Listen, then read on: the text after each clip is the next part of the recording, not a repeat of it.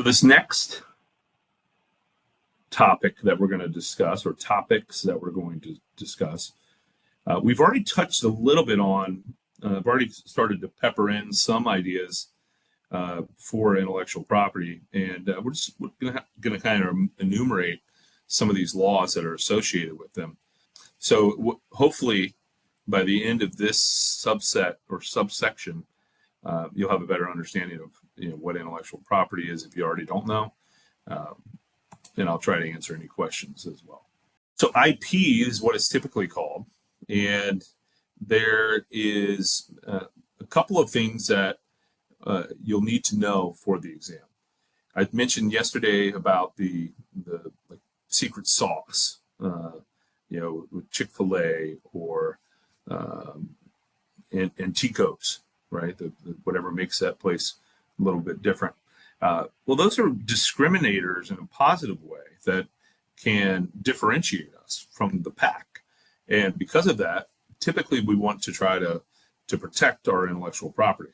And so a couple of those things that we're going to talk about, one of the things that we're going to talk about here is this thing called the copyright. And if you're not familiar with it, you've probably been not as deep into this, and if that's okay. But typically you'll see this C circled, and that denotes that it's actually an original work of authorship, and it gives that protection so people can't duplicate it. I know, and maybe you guys see the same thing. Oftentimes we do research either for CyberProtex or through the university. And it's interesting because if I'm speaking at a conference and I'm presenting some of the work that I was paid to do, there's been times in my career where my slides have ended up in other people's slides 2-3 months later without my permission. And it's just kind of interesting. Sometimes I've gone up and said, just kind of poking the bear a little bit, what can you corroborate any of the research that you've done? And then they kind of fess up and say they were in attendance. But I don't know if that's happened to any of you guys before. And typically, if it's public knowledge and I'm speaking, that's totally okay for people to utilize that. But, if it is something that, like software, for instance, or, something that's a little bit different, they give 8 categories of work, quote unquote work, that are protected here. One of them is kind of interesting, the pantomimes. But could you believe that choreography, musical, graphical, sculptural, motion pictures, architecture, literary, musical, I think that they make sense, and having seen many of these get infringed upon, it's interesting to try to hold these up in the court of law, like whether or not somebody has some flow, because usually in order to protect these things, you have to sue somebody, and that costs money. So that was a copyright. A trademark is something that starts off as a word, a slogan, logos, those kinds of things. You want to try to make it yours for an organization, that it sets you apart. Once you have the idea, you can actually put a TM next to it right here, a TM next to it. And if you have, I think it's $287 or right around there, $300. You go out to the U.S. Patent Office, Patent and Trademarks Office, and you can try to register your trademark. Typically, that takes 30 days, where you go and submit the paperwork online in a wizard, and then you pay the fee. And within usually about 30 days, the Patent and Trademark Office will get back to you and let you know if anyone else has that specific thing that you're trying to protect, if anybody else has it trademarked.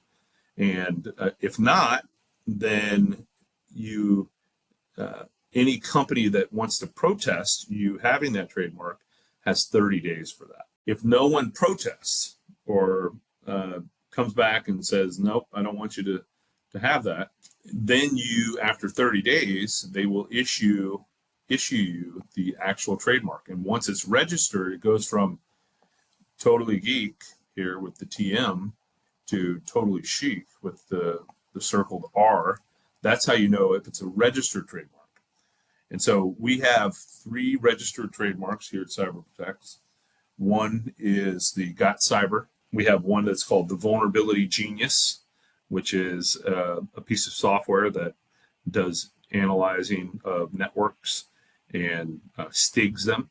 And then we also have this other one that's called the Amazing Cyberman, which is a cartoon character that you can see in my little background, in my picture right there.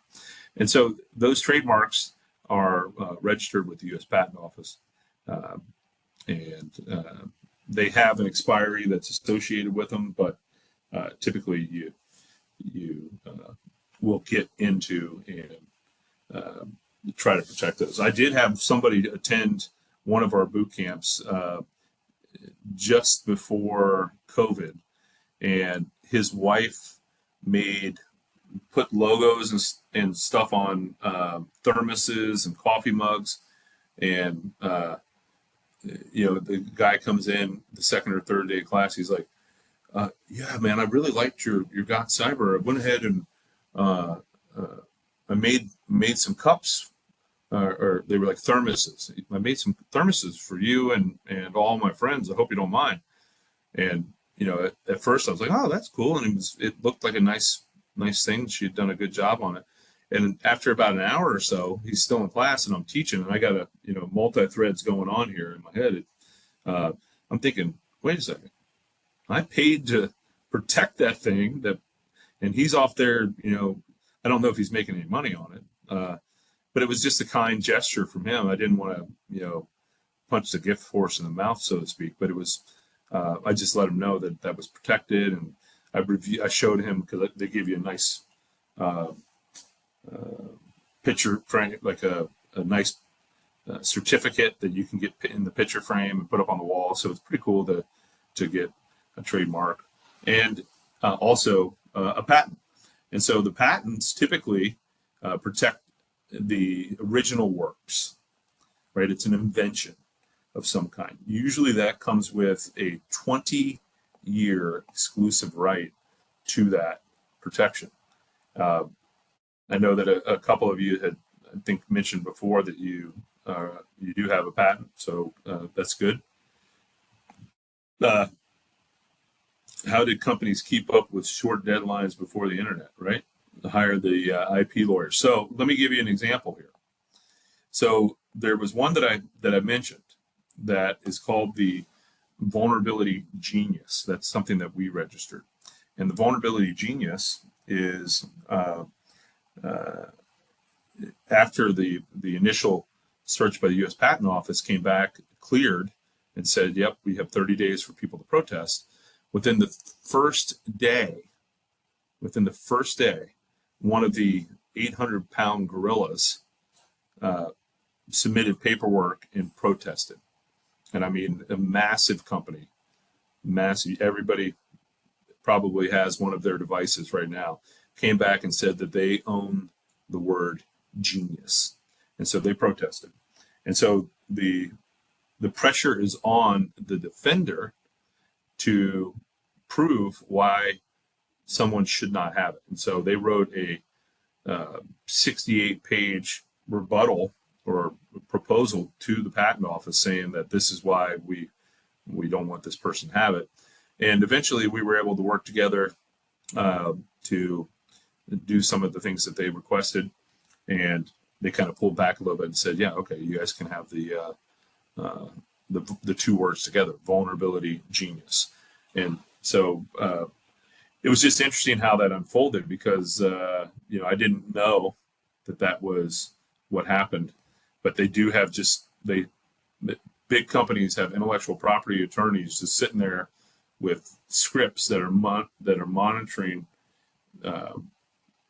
different events that are published on the Patent and Trademark Office, waiting for people to violate or infringe on the copyright or trademark or patent. So let's go through. Oh, that was trade secrets right there. Trade secrets, we mentioned a little bit yesterday. Here's something that you may have heard of in the past, that once in a while, somebody, maybe once a year, I'll hear somebody has this on the exam, the DCMA, the Digital Millennium Copyright Act. If you recall, if you were alive, and I think that probably many of you were, back in 1998, right around that time was when a lot of the peer-to-peer file sharing on the internet was coming alive, like Napster, for instance. And I have a friend that was really into Napster, that this friend of mine was able to burn close to 1,000 CDs and a whole bunch of DVDs from that peer-to-peer network of Napster. And, thinking back, that rightfully so was something that needed to get shut down.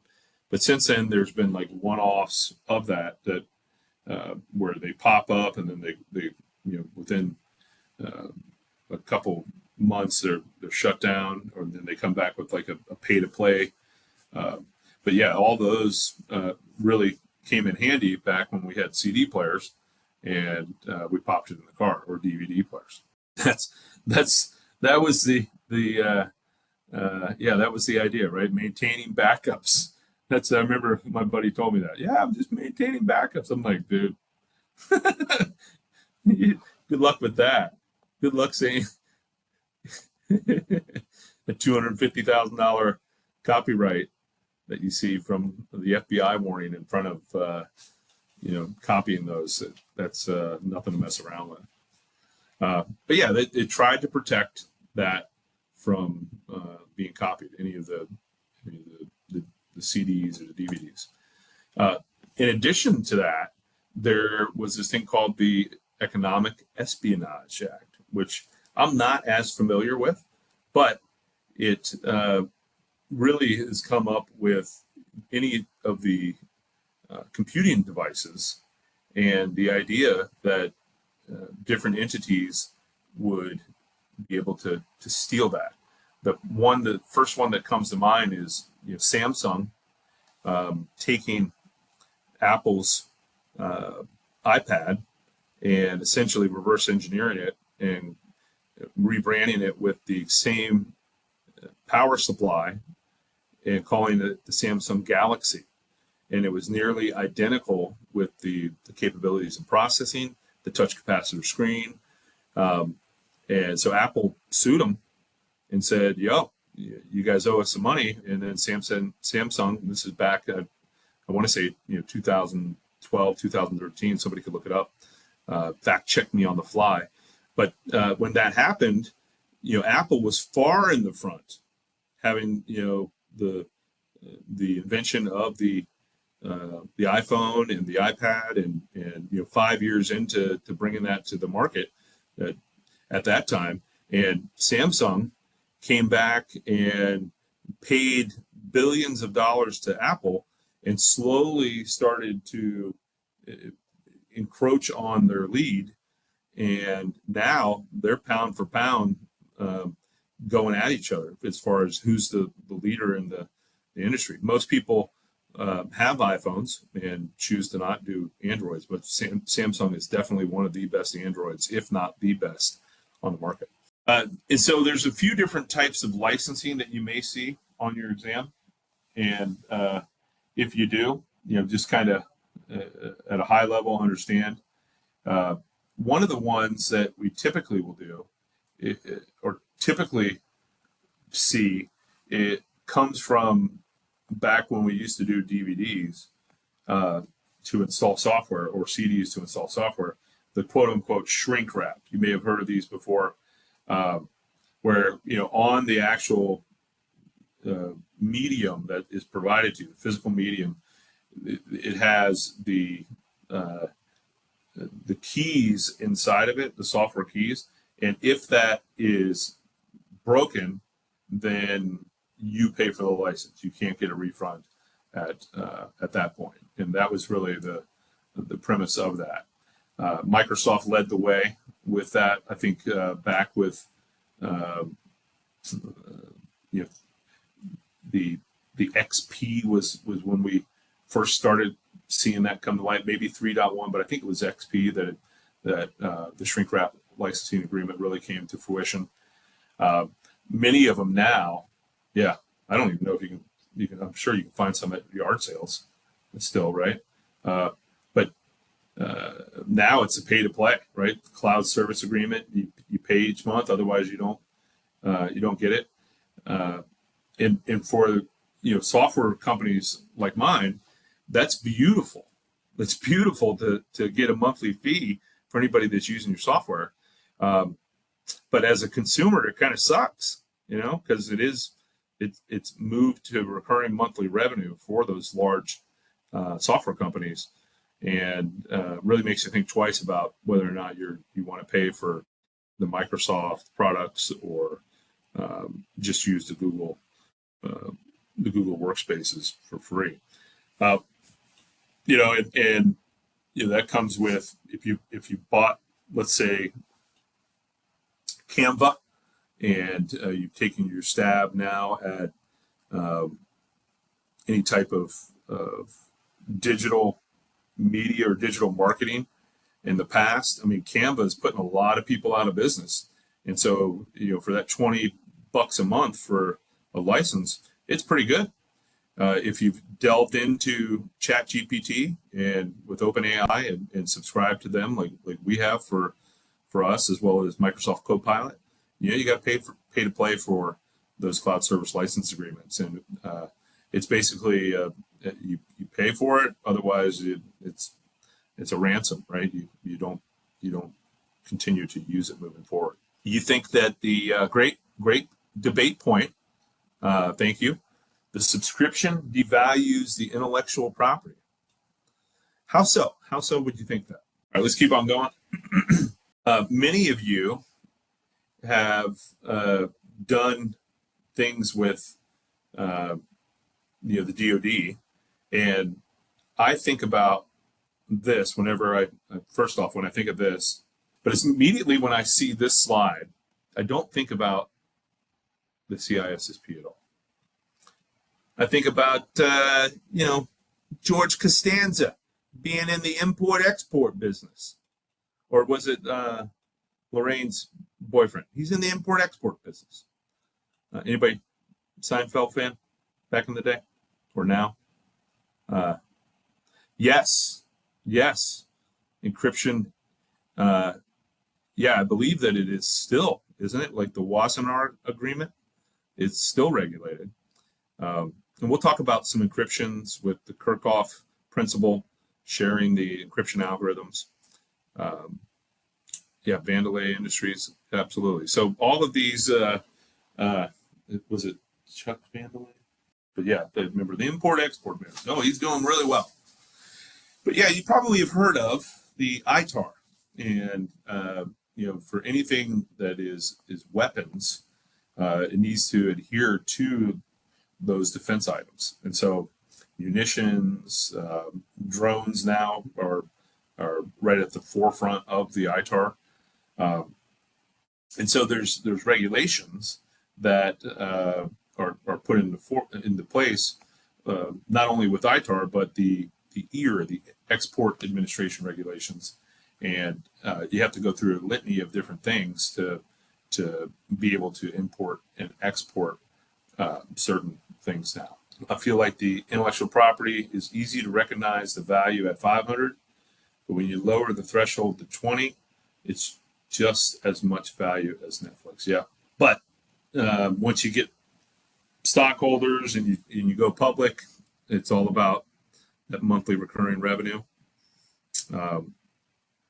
but yeah, you're right. It does devalue the creative genius of the intellectual property.